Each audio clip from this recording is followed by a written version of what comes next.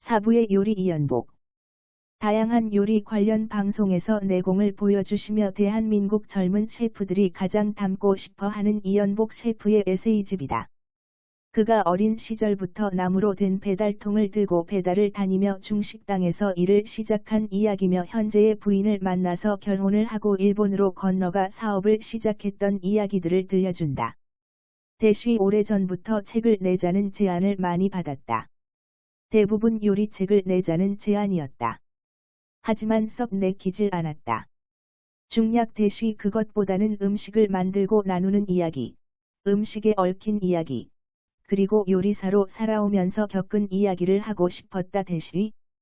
이 책에서는 요리법에 대한 이야기보다는 그가 살아온 이야기, 요리사로서 살아온 이야기들을 더 깊게 다루고 마지막 장에 집에서 간단하게 할 수 있는 중식 요리법도 간단하게 소개되어 있다. 책가방 대신 나무 배달통을 들고. 대쉬 나는 1959년 서울 왕십리에서 태어났다. 외가와 친가 모두 화교 집안이었다. 외할아버지가 운영하시던 중국집에서 아버지가 주방장으로 일하기도 했고, 당시에는 장사도 꽤 잘되던 편이라 서너 살 때까지는 남부럽지 않게 살았다고 한다. 그러다가 외할머니가 돌아가시면서 모든 상황이 변해버렸다. 외할아버지는 가게에 붙어 있지 않고 방황하기 시작했고 자연스레 장사도 바닥을 쳤다. 가세도 기울어 예전처럼 풍족한 생활은 꿈도 못 꾸게 되었다 대쉬.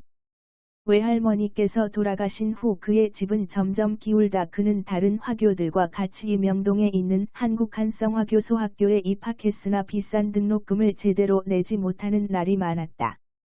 등록금을 못 내고 학교에서 눈치를 보게 되는 그는 초등학교 6학년 2학기가 시작될 무렵에 일찌감치 학교를 그만두고 일을 시작하게 된다. 아버지의 지인이 운영하던 중식당에서 처음으로 일을 시작하게 된다. 알루미늄 철가방이 나오기 전이라 나무로 된 무거운 배달통을 들고 배달을 했다고 한다. 요즘같이 포장용 랩이 있던 시절도 아니라 배달하면 음식이 자주 쏟아졌고 나무로 된 배달통엔 냄새가 쉽게 배어 깨끗이 닦아야 했다.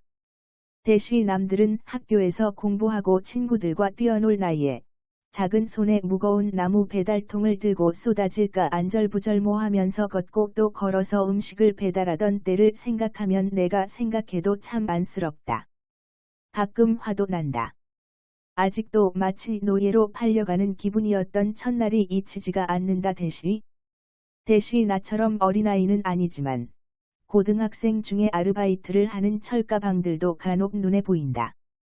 그런 친구들을 보면 안쓰럽기도 한데 결국 자기 힘으로 고된 시간들을 이겨내는 수밖에 없다. 세상은 냉정하니까. 그렇다 해도 사람들이 자기 입에 들어가는 음식을 나르는 사람들에게 조금만 더 친절하게 대해주면 좋겠다 대쉬. 아버지 소개로 중국집에 처음 들어간 게 13살이었던 이연복은 사장님이 아버지의 지인이기 때문에 사장님이 직원들의 무엇인가를 알게 되면 고자질한 것으로 간주되어 미움을 받기도 했다. 밤에 잠자리에 들려고 하면 선배들이 불러서 이유 없이 맞는 일도 많았다고 한다. 당시 가게는 장사가 끝나면 사장님이 퇴근을 하면서 밖에서 문을 잠궜다고 한다. 가게에서 일하고 먹고 자고 그런 날들이 반복되자 집 생각이 나서 그는 결국 2층에서 뛰어내려 도망을 친다. 아버지 지인의 가게를 도망쳐 나온 그는 북창동에 있는 다른 중식당으로 갔다. 역시 지인의 소개로 들어간 가게로 가게 이름이 덕성옥이었다고 한다. 철물점을 같이 운영하시는 사장님 때문에 철물점 일도 하고 배달도 하고 주방에서 일도 하고 그렇게 이것저것 하면서 전에 일하던 곳보다 2배가 넘는 8,000원의 월급을 받았다고 한다. 이때부터 그의 중식 요리사 경력이 시작된다. 덕성옥에서 요리를 어깨너머로 배우며 중식 요리사로 첫 발을 내디딘 덕성옥에서의 생활도 그리 오래 가지는 않았다. 매일 식사 때마다 사장님이 자기 집에서 김치를 가져오라는 심부름을 시키는 것이 불만이었던 연복은 덕성옥을 그만두고 이곳저곳에서 일을 했다. 그러다 1979년 한 선배가 명동 사보이 호텔의 중식당이 문을 여는데 거기에 같이 들어가자는 제안을 해왔다. 그곳은 호화대반점이었는데 우리나라 최초로 호텔에 들어선 중식당이었다. 연복은 이곳에서 이전까지 마구잡이로 배워왔던 것들이 하나 둘씩 정리가 되기 시작한다.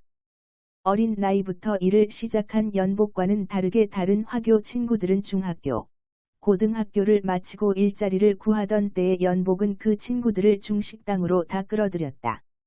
그리고 인천 차이나타운 출신의 사람들도 중식당에 하나 둘씩 들어오더니 나중에는 식당이 인천파와 서울파로 나뉘었다. 성격이 욱하고 불같던 그는 본의 아니게 싸움에 자주 휘말렸다. 식당에서 인천파와 서울파가 싸움이 벌어지고 의리 때문에 이 싸움에 끼어들게 된 연복은 병원비를 물어주고 손해만 본다. 그리고 어느 날 주방과 홀 직원들의 싸움이 크게 일어나 연복은 또 싸움에 휘말리게 된다. 그리고 얼마 안 가 사보이 호텔은 호화대반점만 다른 곳에 팔아버렸다. 주방이 다른 사람들은 남산에 있는 다리원이라는 식당으로 옮겨갔는데 연복에게만 연락이 가지 않았다. 다른 사람이 인수한 호화대반점에서 새로운 주방장으로 뽑아서 그는 다시 그리로 들어가서 일하게 된다. 또 다시 홀 서빙과 주방과 말다툼이 원인이 되어 연복은 그곳을 나온다. 대쉬 나는 젊었고 살아남아야 했다. 에너지는 넘치는데 요령은 부족했다. 내가 먼저 치지 않으면 맞는다는 식으로 서슬퍼렇게 날이 서 있던 시절이었다. 사보이 호텔을 나와서는 서울 퇴계로의 극동빌딩 지하에 위치한 홍보석에 들어갔다. 그리고 홍보석에서 일할 때 아내를 만났다. 대쉬 서울 퇴계로 홍보석에서 일하면서 아내와 본격적으로 사귀기 시작했다. 일도 자리를 잡아가면서 안정적인 나날을 보냈다. 그러던 중에 안양에서 새로 오픈하는 가게의 주방장으로 스카우트 되었다. 그때 내 나이가 21살이었다. 어린 나이에 총주방장을 맡게 된 것이다. 대쉬. 그가 안양에서 주방장으로 일할 때 그는 여자친구를 본가에 데리고 가서 동거를 시작한다.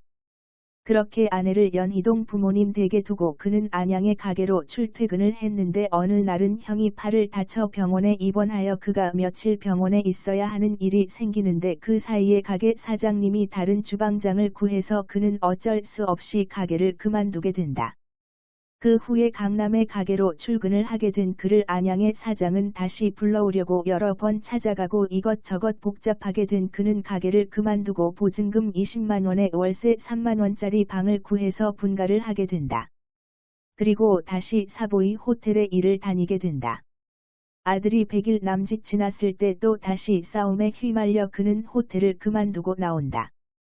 일자리를 구하는 그에게 어느 날 선배가 찾아와 대만 대사관에서 사람을 뽑으니 이력서를 넣어보라고 했다. 반신반의한 그는 이력서를 냈고 합격해서 대만 대사관 최연소 주방장으로 일하게 되었다. 그의 나이 22살 때였다. 대쉬 확실히 대사관에서 일하면서 음식 솜씨가 많이 늘었다. 흔히 예상하듯 대사관에서는 연회나 파티 같은 게 자주 있었다. 6가지 요리의 후식이 덧붙은 코스 요리를 만들어야 하는데 이 모든 걸 혼자 해야 했다. 게다가 이 코스 메뉴가 매번 바뀌어야 한다. 연회나 파티만이 아니라 평상시에도 그랬다. 대쉬 대사관 주방장으로 일하면서 내가 모신 대만 대사만 총 3명이다. 처음 들어갔을 때 대사로 있던 분은 정무식이라는 이름의 대사였다. 정무식 대사의 부인은 나를 직접 뽑아 주방장으로 일하게 해준 고마운 분이다. 대사 부인은 친절했지만 대사는 다소 무서웠던 기억이 난다. 대사 부인에게서 대만 음식에 대해 많이 배웠다. 당시 대사 임기는 4년이었는데 정무식 대사는 임기 2년을 남기고 그만두었다. 대쉬 어쨌든 그렇게 8년 동안 대사관을 다녔다. 출근할 때는 조그마한 스쿠터를 달달달 몰고 청바지에 청조끼 같은 걸 입고 다녔다. 나는 대사관에서 유일하게 정장을 안 입고 다닌 사람이었다. 대쉬 대사관에서 일한 지 8년쯤 되었을 때 한국의 모든 것을 정리하고 일본으로 떠났다. 일본에는 먼저 자리 잡고 있던 선배들이 있었다. 대쉬 얼른 다시 일을 해야겠다고 마음을 먹고 일자리를 찾아 가게에 들어갔다. 처음에는 작은 규모의 가게를 몇 군데 거쳤다. 대쉬 그렇게 그는 술집에서 술과 안주를 내어주는 가게의 주방장으로 들어가 일했다. 시장 조사를 하고 사람들이 좋아할 음식들을 만들자 가게 매출이 올랐다. 가게 매출이 올랐지만 사장은 전에 비해 재료값이 많이 올랐다고 주의를 주었고 그는 그런 가게에서 일할 수 없어서 그만두고 나온다. 오사카 생활에 어느 정도 적응이 되어가면서 그는 두 곳의 가게를 번갈아 가며 일을 하기 시작했고 월급이 올라서 한 달에 70만엔을 벌 수 있게 되었다. 대사관에서 받던 월급의 10배가 넘었다. 그렇게 2년 정도 일하니 돈이 꽤 모였다. 그는 일본 오사카의 허름한 중국 식당을 인수하여 처음으로 장사를 시작한다. 가게 이름은 라이라이라고 지었다. 그렇게 그는 일본에서 10여 년을 장사를 하다 한국으로 돌아온다.